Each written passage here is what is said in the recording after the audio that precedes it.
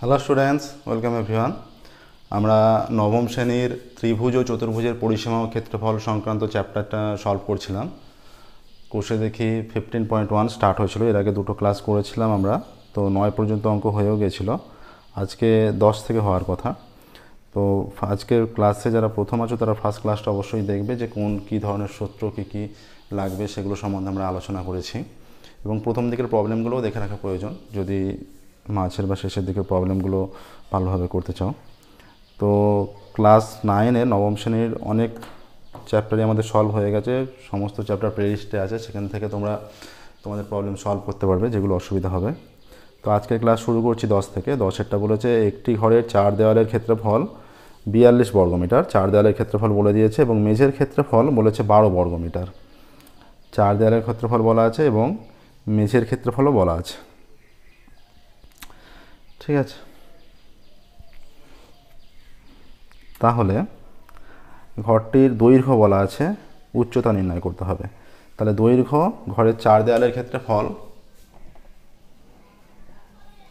ঘরের 4 দেওয়ালের ক্ষেত্রফল ইজ ইকুয়াল টু 42 বর্গমিটার। ঘরের মেঝের ক্ষেত্রফল, মেঝের ক্ষেত্রফল সমান 12 বর্গমিটার। ঠিক আছে, 4 দেওয়ালের ক্ষেত্রফল 42 বর্গমিটার, মেঝের ক্ষেত্রফল 12 বর্গমিটার, ঘরের দৈর্ঘ্য 4 মিটার। ঘরের দৈর্ঘ্য সমান 4 মিটার। অতএব ঘরের প্রস্থ সমান, এই যে মেঝেতে দৈর্ঘ্য আর প্রস্থ, মেঝে মানে কি দৈর্ঘ্য ইন্টু প্রস্থ, মেঝের ক্ষেত্রফল। তাহলে মেঝের ক্ষেত্রফলকে দৈর্ঘ্য দিয়ে ভাগ করলেই আমরা প্রস্থ পেয়ে যাব, এত মিটার সমান 3 মিটার হয়ে গেল প্রস্থ। ঠিক আছে, তাহলে এবার আমাদের উচ্চতা নির্ণয় করতে হবে। আমরা উচ্চতাটাকে উচ্চতা হিসাবে লিখি। 4 দেওয়ালের ক্ষেত্রফলের সূত্র কি জানি? 2 ইন্টু দৈর্ঘ্য প্লাস প্রস্থ ইন্টু উচ্চতা। অতএব শর্তানুসারে 2 ইন্টু দৈর্ঘ্যের জায়গায় 4 লিখি, 2 ইন্টু দৈর্ঘ্য প্লাস প্রস্থ ইন্টু উচ্চতা ইজ ইকুয়াল টু এটা 42। ঠিক আছে, বা তাহলে 2 4 4 আর 3 7, 7 দোকানে 14, 14 ইন্টু উচ্চতা ইজ ইকুয়াল টু 42, বা উচ্চতা সমান 42/14, বা উচ্চতা ইজ ইকুয়াল টু 3, 3 14 42, 3 আসছে। ঠিক আছে, তাহলে ঘরের উচ্চতা 3 মিটার, সহজেই চলে এলো। অতএব ঘরের উচ্চতা 3 মিটার, এটা আসছে। দেখো প্রসেসটা ভালো করে দেখো, এবং অঙ্ক প্র্যাকটিসও করবে বারবার। অঙ্ক প্র্যাকটিস না করলে কিন্তু অঙ্ক আয়ত্তে থাকবে না, যখন কোনো পরীক্ষা হবে তখন কিন্তু পরীক্ষায় মিস্টেক হয়ে যাবে। 10-এর হলো। 11 দেখো, যে কোনো অঙ্ক যেগুলো বুঝতে অসুবিধা থাকবে অবশ্যই আমাদের কমেন্টে জানাবে, আমরা সেগুলো পুনরায় আলোচনা করব। কিন্তু সবার আগে প্রয়োজন যেটা, সেটা প্র্যাকটিস, ভালো করে প্র্যাকটিস করবে। প্রত্যেক দিন আমাদের নতুন ক্লাস পাবলিশ করা হয়, আমাদের চ্যানেলটা অবশ্যই সাবস্ক্রাইব করবে এবং নোটিফিকেশান অন করবে। 11 10 হলো 11, 11টা 11 অঙ্ক বলে দেওয়া আছে। সুজাতা 84 সেমি ক্ষেত্রফল বিশিষ্ট একটি আয়তাকার কাগজে ছবি আঁকবে। 84 সেমি ক্ষেত্রফল বিশিষ্ট আয়তাকার কাগজে ছবি আঁকবে। কাগজের দৈর্ঘ্য প্রস্থের অন্তর 5 সেমি। সুজাতার কাগজটির পরিসীমা হিসাব করি। সহজ অঙ্ক দিয়েছে। তাহলে আয়তাকার কাগজের ক্ষেত্রফল 84 বর্গ সেমি। আয়তাকার কাগজের ক্ষেত্রফল ইজ ইকুয়াল টু 84 বর্গ সেমি। দৈর্ঘ্য প্রস্থের অন্তর বলে দিয়েছে 5 সেমি। আমরা ধরে নিচ্ছি, ধরি আয়তাকার কাগজের প্রস্থ is equal two x semi. তাহলে দৈর্ঘ্য নিশ্চয়ই বেশি হবে, অতএব আয়তাকার কাগজের দৈর্ঘ্য is equal two x plus 5 semi. ঠিক আছে, তাহলে এখান থেকে আমরা যেটা পাচ্ছি সেইটা থেকে ক্ষেত্রফল কত এসছে, দৈর্ঘ্য ইন্টু প্রস্থ, বা আমরা একবারে শর্তানুসারে করে দিই, আয়তক্ষেত্রের ক্ষেত্রফলের সূত্র কি? দৈর্ঘ্য ইন্টু প্রস্থ। অতএব শর্তানুসারে যেটা হচ্ছে দৈর্ঘ্য ইন্টু প্রস্থ, এক্স ইন্টু এক্স প্লাস 5 = 84, বা x square plus 5x minus 84 = 0, বা এক্স স্কোয়ার 84 এলে এটা 84 2 42 2 21 3 7 12 7 12 84, তাহলে 12x মাইনাস 7x মাইনাস 84। এটা বিয়োগ চিহ্ন আছে, দুটো সংখ্যার বিয়োগফল 5 হতে হবে এমনভাবে নিতে হবে এবং গুণফল যেন 84 হয়। তাহলে 12 আর 7 নিলাম আমরা, 12 মাইনাস 7 5 আর 7 12 84, বা x common x plus 12 minus 7 common x plus 12 = 0, বা এক্স প্লাস 12 এক্স মাইনাস 7 = 0। অতএব এক্স প্লাস 12 = 0, বা এক্স সমান মাইনাস 12, এটা তাহলে অগ্রাহ্য হয়ে গেল, মানে ঋণাত্মক দিয়ে মান হতে পারে না, প্রস্থ ধরেছি আমরা। আর একবার হয়ে যাবে এটা 0, বা এক্স সমান 7। অতএব এক্স সমান 7 হলে এক্স প্লাস 5 কত? এক্স প্লাস 5 সমান, তাহলে 7 প্লাস 5 সমান 12 আসছে। ঠিক আছে, 12 এলো। তাহলে কী চেয়েছে এখানে? তাহলে আমাদের প্রস্থ এলো 7 সেমি আর দৈর্ঘ্য 12 সেমি। এখানে কাগজের পরিসীমা, অতএব কাগজের, তারপর লিখবে কাগজের প্রস্থ সমান 7 সেমি, অতএব কাগজের দৈর্ঘ্য সমান 12 সেমি, অতএব কাগজের পরিসীমা সমান 2 ইন্টু দৈর্ঘ্য প্লাস প্রস্থ, এত সেমি। 12 সাথে 19 দোকানে 38 সেমি। কাগজের পরিসীমা আসছে 38 সেমি। দেখো প্রসেসটা, এটাই উত্তর হবে এবং এইভাবেই করতে হবে। ঠিক আছে, পরিসীমা 38 সেমি আসছে। এখানে দৈর্ঘ্য এক্স প্লাস 5 এর মানটা বের করে নিয়েছি। তাহলে কাগজের প্রস্থ 7 সেমি, এক্সট্রা প্রস্থ ধরা হয়েছে 7 সেমি, দৈর্ঘ্য 12 আসছে, এক্স প্লাস 5 এর মান দৈর্ঘ্য 12 সেমি। পরিসীমার সূত্র 2 ইন্টু দৈর্ঘ্য প্লাস প্রস্থ, এটা নির্ণয় করে 38 আসছে। ঠিক আছে, নেক্সট দেখো 13, থার্ডে 12 রাখবো এবার।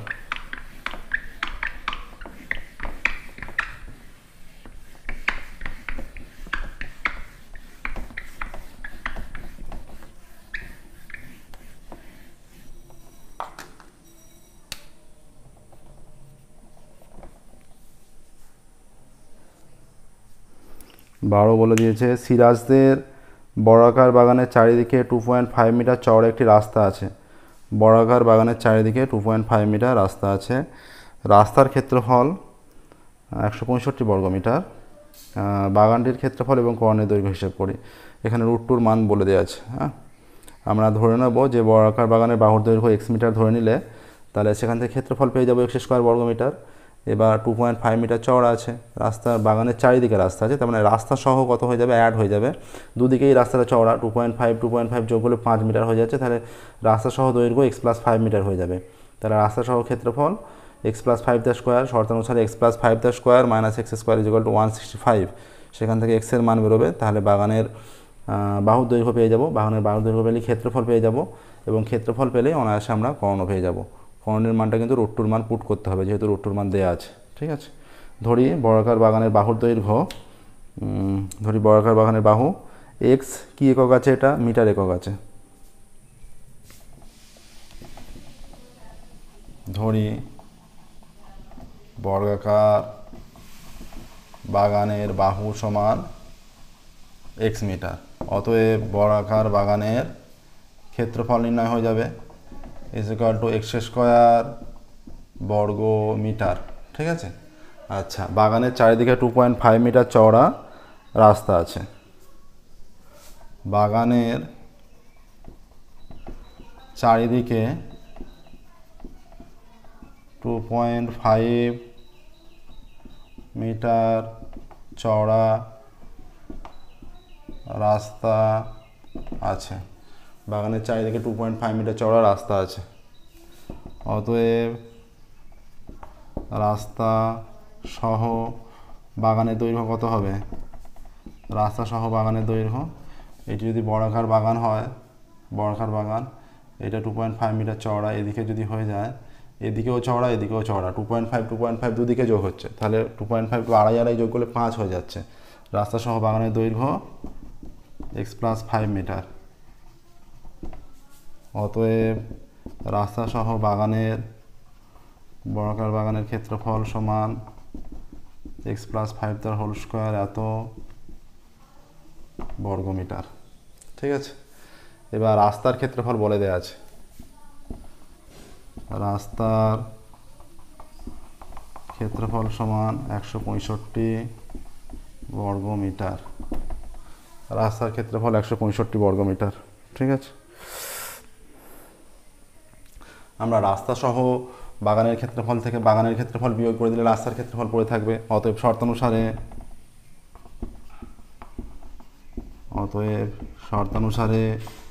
x+5 তার square minus x square is equal two 165 বা x স্কোয়ার প্লাস 2ab মানে 2 × x × 5 মানে 10x plus 5 square minus x square is equal two 165 plus x square minus x square কেটে গেল, তাহলে 10x ইজ ইকুয়াল টু হয়ে যাচ্ছে 165, এটা 5 square 25, ডান দিকে এলে মাইনাস হয়ে যাবে, বা 10x ইজ ইকুয়াল টু এটা বিয়োগ করলে 140 হয়ে যাচ্ছে, বা x ইজ ইকুয়াল টু 140/10, 0 0 কেটে গেলে, বা x ইজ ইকুয়াল টু 14 আসছে, x ইজ ইকুয়াল টু 14। ঠিক আছে, দেখো তাহলে এক্সটা আমরা কি ধরেছি, বর্গাকার বাগানের বাহু ধরেছি, তাহলে এখানে বর্গাকার বাগানের ক্ষেত্রফল চেয়েছে, অতএব বর্গাকার বাগানের ক্ষেত্রফল, অতএব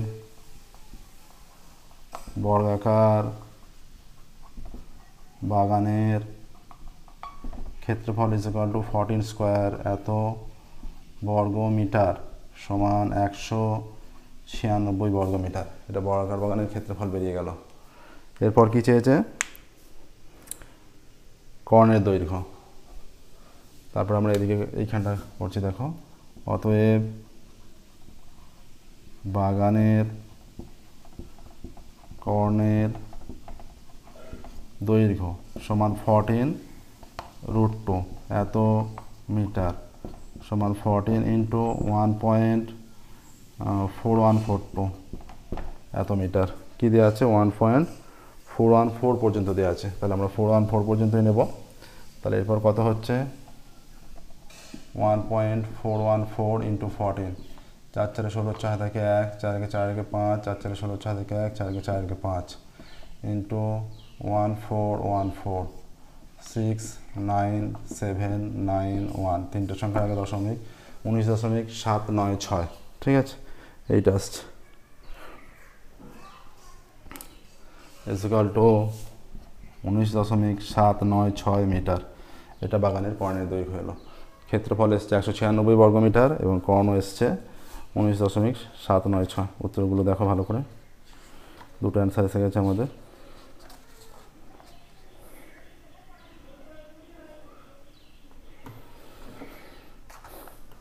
বারো হয়ে গেল। নেক্সট দেখো 13 অঙ্ক। নেক্সট 13।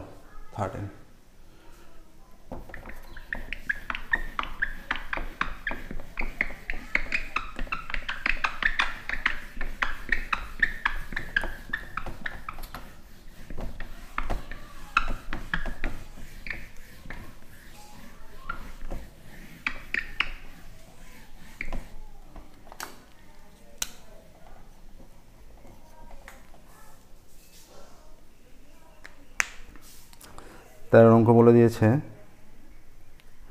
যে বর্গাকার জমির কর্ণের দৈর্ঘ্য 20√2 মিটার, কর্ণের দৈর্ঘ্য বলা আছে, তার 4 ধার পাঁচিল দিয়ে ঘিরতে কত দৈর্ঘ্যের পাঁচিল দিতে হবে লিখি। সহজ অঙ্ক একদম। প্রতি বর্গমিটার 20 টাকা হিসাবে ঘাস বসাতে কত খরচ হবে। আচ্ছা, বর্গাকার জমির কর্ণের দৈর্ঘ্য, এটা চিত্রটা দেখো, এই কর্ণ বলা আছে 20√2। বর্গাকার জমির বাহু জানা থাকলে বাহু থেকে কর্ণ বের করতে হলে √2 দিয়ে গুণ করতে হয়। কর্ণ ইজ ইকুয়াল টু √2 × বাহু। এবার কর্ণ জানা থাকলে যদি বাহু বের করতে হয় তাহলে √2 দিয়ে ভাগ করতে হয় কর্ণ থেকে বাহু নির্ণয় করতে হলে। আচ্ছা, তাহলে বর্গাকার জমির কর্ণের দৈর্ঘ্য 20√2 মিটার।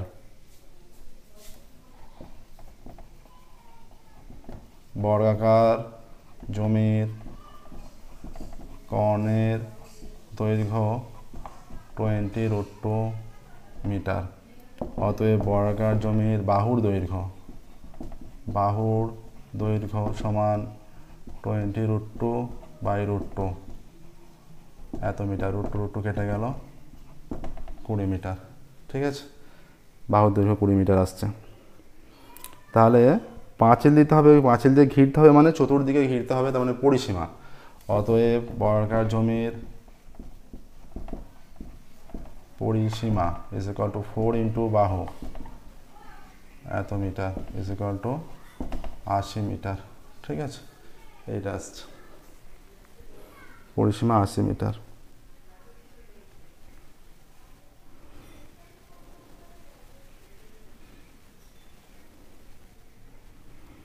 এবার কি বলেছে, তাহলে এখান থেকে একটা উত্তর লিখে দিতে পারো, যে বা শেষেও অ্যান্সারটা লিখতে পারো যে পাঁচিল দিয়ে ঘিরতে কত মিটার দৈর্ঘ্যের পাঁচিল দিতে হবে, তাহলে 80 মিটার দৈর্ঘ্যের পাঁচিল দিতে হবে। অ্যান্সারটা শেষেও লিখতে পারো, কোনো অসুবিধা নেই।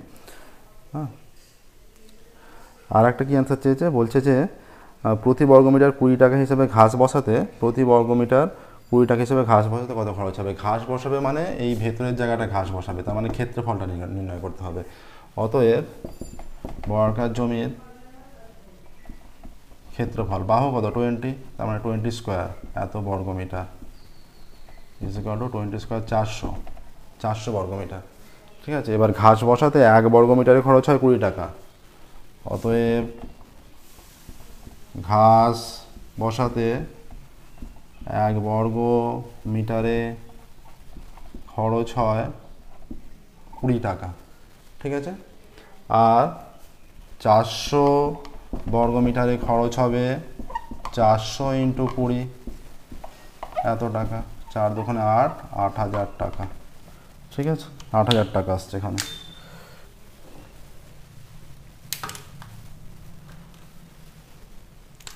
অতএব দুটো উত্তর কী চেয়েছে, দুটো উত্তর চেয়েছে যে প্রতি বর্গমিটার যে কত দৈর্ঘ্যের পাঁচিল দিয়ে ঘিরতে কত দৈর্ঘ্যের পাঁচিল দিতে হবে। অতএব 80 মিটার দৈর্ঘ্যের পাঁচিল দিয়ে ঘিরতে পাঁচিল দিয়ে ঘিরতে 80 মিটার দৈর্ঘ্যের পাঁচিল দিতে হবে। এইটা একটা উত্তর এলো। আর একটা উত্তর হচ্ছে ঘাস বসাতে কত খরচ হবে। আর অতএব ঘাস বসাতে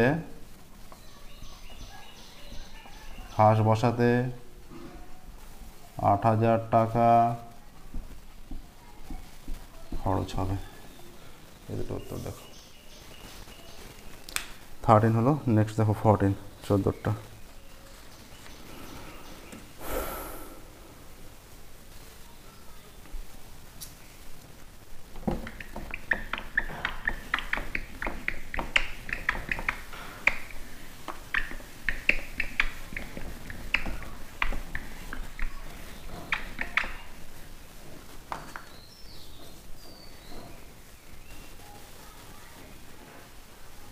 আমাদের আয়তাকার বাগানের কর্ণ বরাবর বেড়া দেবো। আয়তাকার বাগানের দৈর্ঘ্য ও প্রস্থ যথাক্রমে 12 মিটার ও 7 মিটার হলে বেড়ার দৈর্ঘ্য কত হিসাব করি, এবং বেড়াটি আয়তাকার বাগানকে যে দুটি ত্রিভুজে ভাগ করবে তাদের পরিসীমা লিখি। সহজ অঙ্ক। এইটা মনে করো, দেখো এইটা আয়তাকার বাগান, এইটা 12 মিটার, এটা 7 মিটার। ঠিক আছে, 12 মিটার আর 7 মিটার বলে দিয়েছে। আয়তাকার বাগানের দৈর্ঘ্য 12 মিটার, প্রস্থ 7 মিটার। এটা অঙ্ক হচ্ছে 14। তাহলে কর্ণ বরাবর বেড়া দেবে, যে কোনো একটা কর্ণ। এই কর্ণ বরাবর যদি বেড়া দেয় তাহলে কর্ণ দৈর্ঘ্য চেয়েছে। আমরা আয়তক্ষেত্রে এখানে বলছে কর্ণ বরাবর বেড়া দেবো, বেড়ার দৈর্ঘ্য, যেহেতু কর্ণ বরাবর বেড়া দেবে, বেড়ার দৈর্ঘ্য চেয়েছে, তার মানে কর্ণ দৈর্ঘ্যটাই হবে বেড়ার দৈর্ঘ্য। ঠিক আছে, কর্ণ দৈর্ঘ্যই হবে বেড়ার দৈর্ঘ্য। তাহলে কর্ণটা নির্ণয় করলেই হবে √2 দৈর্ঘ্য স্কোয়ার প্লাস প্রস্থ স্কোয়ার সূত্র প্রয়োগ করে, এবং বেড়াটি আয়তাকার বাগানকে যে দুটি ত্রিভুজে ভাগ করেছে তার পরিসীমা। ঠিক আছে, আয়তাকার বাগানের দৈর্ঘ্য, আয়তাকার বাগানের দৈর্ঘ্য 12 মিটার, আয়তাকার বাগানের প্রস্থ 7 মিটার। অতএব আয়তাকার বাগানের কর্ণের দৈর্ঘ্য সমান রুট ওভার অফ দৈর্ঘ্য স্কোয়ার প্লাস প্রস্থ স্কোয়ার এত মিটার সমান root over of 144 plus 49 meter. 9 4 13 3 হাতে 1 4 4 18 9 এটা 193। তাহলে কর্ণ বরাবর বেড়া দেওয়া হবে, তাহলে কর্ণ দৈর্ঘ্যই বেড়ার দৈর্ঘ্য হবে। যেহেতু কর্ণ বরাবর বেড়া দেওয়া হবে, কর্ণের দৈর্ঘ্যই বেড়ার দৈর্ঘ্য। ঠিক আছে,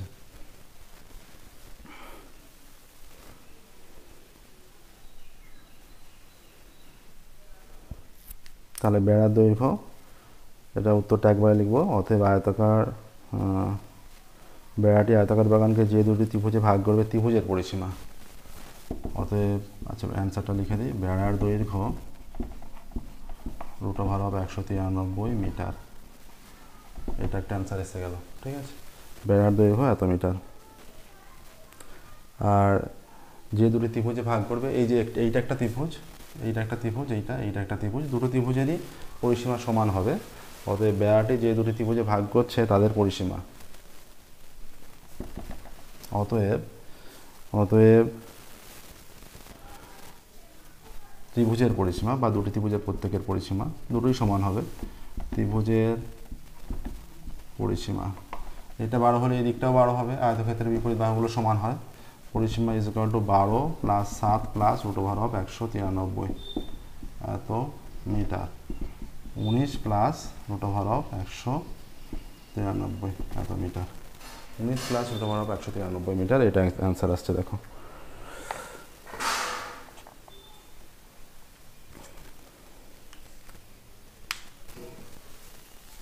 উনিশ plus root over of 193 meter answer আসছে। প্রসেসটা দেখো, তাহলে আমাদের 14 পর্যন্ত হলো, 10 থেকে 14 পর্যন্ত অঙ্ক হলো। আজকের ক্লাস আমরা এখানেই স্টপ করব।